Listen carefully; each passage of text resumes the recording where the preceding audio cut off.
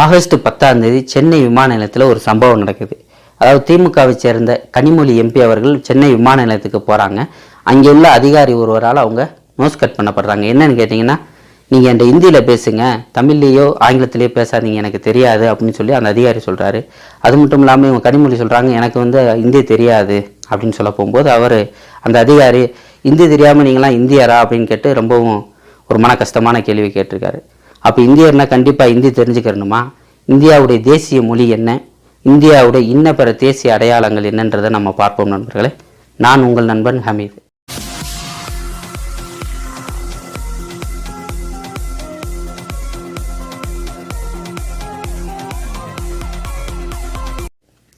அதாவது நண்பர்களே, இந்தியாவுடைய தேசிய அடையாளத்தில் முதலிடத்தில் இருக்கிறது, அதாவது முதல்ல அரசாங்கம் பயன்படுத்தக்கூடிய ஒரு சின்னம் என்னென்னு கேட்டிங்கன்னா, அசோகருடைய நான்முகச் சிங்கம். இது அரசு முத்திரையாக பயன்பட்டுக்கிட்டு இருக்கு. எல்லா இடத்துலையும் பார்க்கலாம் இதை.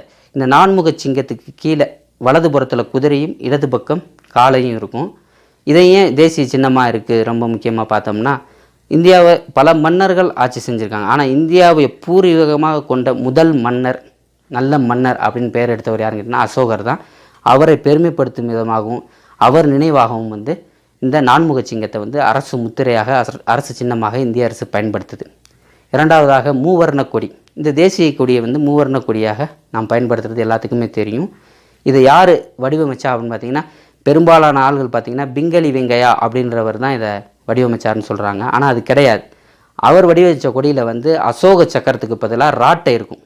அதாவது நெசவு கத்தரி இது செய்கிறாங்க இல்லையா, நெசவு நூல், அது செய்கிற ராட்டை தான் இருக்கும்.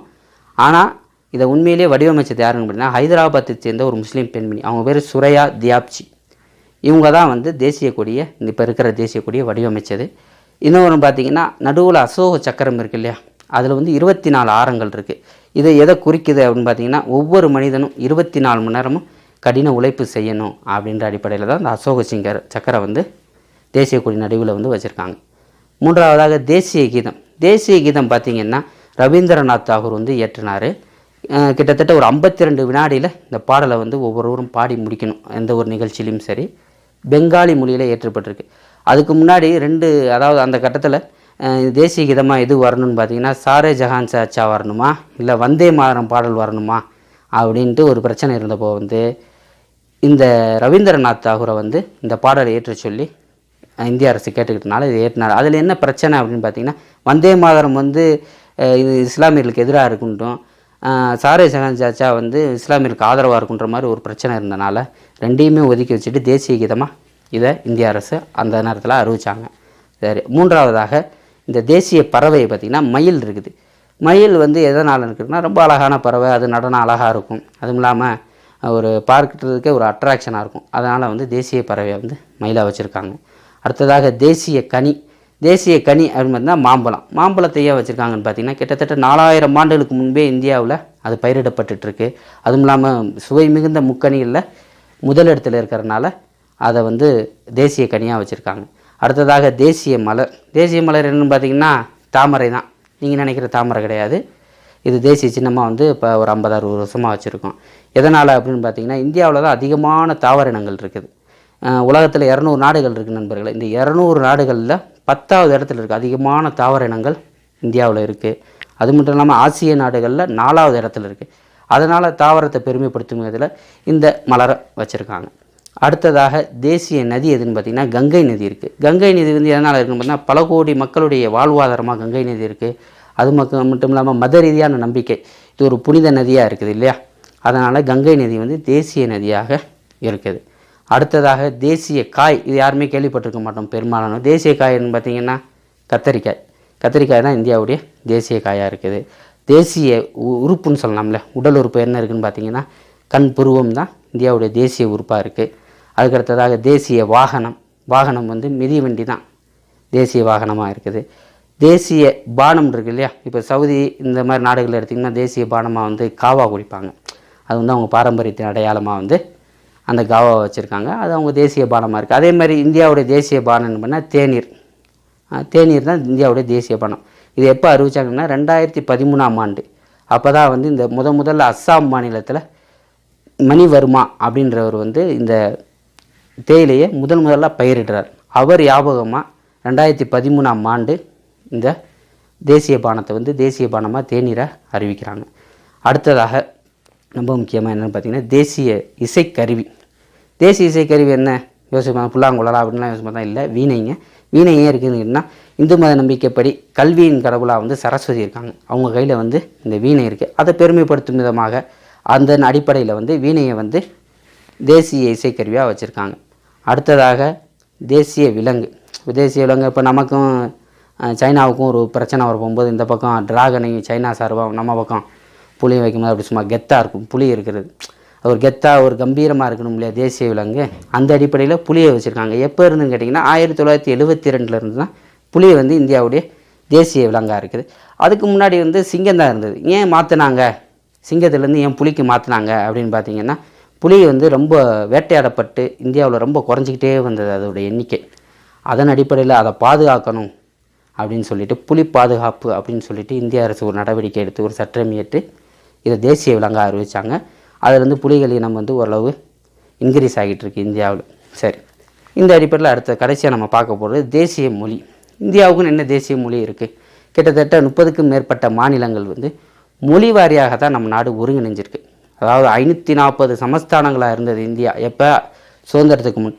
இதெல்லாம் சேர்ந்து வாங்க நம்ம ஒன்றா இருப்போம், இத்தனை மொழிகள் இத்தனை ஜாதிகள் இத்தனை மதங்கள் இருக்குது, இதெல்லாம் கடந்து நம்ம ஒரு யூனிட்டியாக இருப்போம் அப்படின்னு சொல்லிட்டு தான் ஒரு வாக்குறுதி அடிப்படை இந்திய ஒன்றியமே உருவாச்சு. அதனால் வந்து இந்தியாவுக்குன்ற ஒரு தனித்து ஒரு தேசிய மொழி கிடையாது, அலுவல் மொழி. அரசாங்க அலுவலகங்கள் மத்திய அரசு, குறிப்பாக மத்திய அரசுங்கன்றதில் இந்த தேசிய மொழி எதுவுமே இருக்காது. ஹிந்தி வந்து ஒரு அலுவல் மொழியாக இருக்கும். அப்போ அந்த அலுவல் மொழி மற்ற மாநிலத்துக்காக ஹிந்தி புரியாது இல்லையா, அதற்காக ஆங்கிலம் இணைப்பு மொழியாக இருந்துக்கிட்டு இருக்க காலம்லாம். சரி, இந்த இணைப்பு மொழி இருக்கிறனால என்ன பயன் அப்படின்னு கேட்டிங்கன்னா இந்த இணைப்பு மொழியை கண்டிப்பாக ஒரு ஹிந்திக்காரர் ஸ்டேட்டாலும் கற்றுக்கிறணும், நம்மளும் கற்றுக்கிறணும். அதுதான் ஈக்குவாலிட்டி. இந்திக்காரனுக்கும் கற்றுக்கிறணும், இந்த தமிழர்களாகிய கன்னடர்களோ மலையாளிகளோ இந்த மொழியை ஆங்கிலத்தை கற்று 2 பேரும் தொடர்பு கொள்ளலாம். இல்லை இந்தி தேசிய மொழியாக இருந்துச்சுங்களா என்ன ஆகும், அவர் ஒரு மொழியோடு நின்றுவார். நம்ம தேவையில்லாமல் இந்த இந்தியை கட்டாயமாக கற்றுக்கிற வேண்டியதாக இருக்கும். இப்போ வந்து இந்தி திணிப்புன்றது அப்படித்தான் நடக்குது. இந்தியை கற்றுக்கிறனா நம்ம விருப்பம், எப்போ வேணாலும் கற்றுக்கலாம். ஆனால் இந்திய திணிப்பாக வரும்போது அது எதிர்ப்பலையாகுது. கிட்டத்தட்ட இந்தியாவில் 41% மக்கள் வந்து இந்த இந்தி மொழியை பேசுகிறாங்க நண்பர்களை. மீதி 59% இந்தி பேசாத மக்கள் தான் இந்திய மக்கள் இருக்காங்க. இந்த குறிப்பிட்ட ஒரு மொழியை திணிப்பதன் மூலமாக ஒரு இந்த யூனிட்டி ஒருங்கிணைந்த ஒரு யூனிட்டியில் ஒரு பெரிய பிரச்சனை வர்றதுக்கு வாய்ப்பு இருக்குது. இந்தியாவில் மொத்தம் 121 மொழிகள் வந்து அதிகமான மக்கள் பேசுகிறாங்க. பல ஆயிரம் மொழிகள் இருக்குது, ஆயிரக்கணக்கான மொழிகள் பேசிகிட்டு இருக்காங்க. இருந்தாலும் பெரும்பாலான மக்கள் பேசக்கூடிய மொழி ஒரு 121. இந்த 121ல் அங்கீகரிக்கப்பட்ட மொழிகள்னால் 22 தான். இந்த ரூபா நோட்டுகள்லாம் இருக்கும், அதில் தமிழும் ஒன்று. தமிழ் இருக்குது, இந்தி இருக்குது, மலையாளம் இருக்குது. ஒரு 22 மொழிகள் அங்கீகரிக்கப்பட்ட மொழிகளாக இந்திய அரசால் இருக்குது நண்பர்களை. அதே மாதிரி டாப் 5 அப்படின்னு மொழிகள் பார்த்தீங்கன்னா அதிகமான மக்கள் பேசக்கூடிய முதல் மொழி எதுன்னு கேட்டிங்கன்னா இந்தி இருக்குது, 2வது பங்காளி, 3வது தெலுங்கு இருக்குது, 4வது மராத்தி இருக்குது, 5வது தமிழ் இருக்குது. சரி, இப்போ என்ன பிரச்சனைன்னு கேட்டிங்கன்னா இந்தியை தேவையில்லாமல் திணிக்கும் போது தான் இந்தி அல்லாத மாநிலம், அதுவும் குறிப்பாக தமிழ்நாட்டில் அதிகமான பிரச்சனைகளை வந்து சந்திக்க வேண்டிய சூழ்நிலை இருக்குது. இது ஒரு மிகப்பெரிய ஒரு தவறான செயலியாக நமக்கு விருப்பப்பட்டால் போய் படிச்சுக்கிறோம்.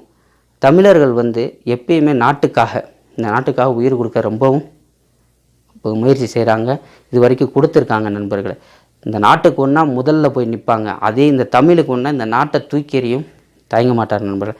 அண்ணா சொன்னார், இந்திய தேசிய மொழியை அறிவிக்க போகும்போது ஒரு பிரச்சனை வர போகும்போது சொன்னார், எதன் அடிப்படையில் இந்தியா வந்து தேசிய மொழியாக இந்தியா அறிவிக்க போகிறீங்க, அதிகமான மக்கள் பேசுகிறாங்கல்ல, அதனால தான் நாங்கள் அதை அறிவிக்க போகிறோன்ட்டு. அப்போனா தேசிய பறவையை எதுக்கு நீங்கள் மயிலை வச்சிங்க? இந்தியாவில் அதிகமாக இருக்கக்கூடிய பறவை வந்து காக்கா தான், காக்காவை வைக்க வேண்டியதானே வாயடைச்சு போயிட்டாங்க, அதோடு அவங்க அறிவிக்கலை. இப்போ அதே ட்ரெண்டை இன்னும் மாற்றியும் சொல்லலாம். ஏன் இந்திய விலங்கை வந்து தேசிய விலங்காக புலியை வச்சுருக்கீங்க? நாயை வைக்க வேண்டியதான், நாய் தானே அதிகமாக இருக்குது. நீங்கள் நாய் என்றைக்கு வைக்கிறீங்களோ அன்றைக்கி இந்தியை வந்து தேசிய மொழியாக வச்சுக்கோங்க. இதுதான் எங்கள் தமிழர்களுடைய நிலைப்பாடு.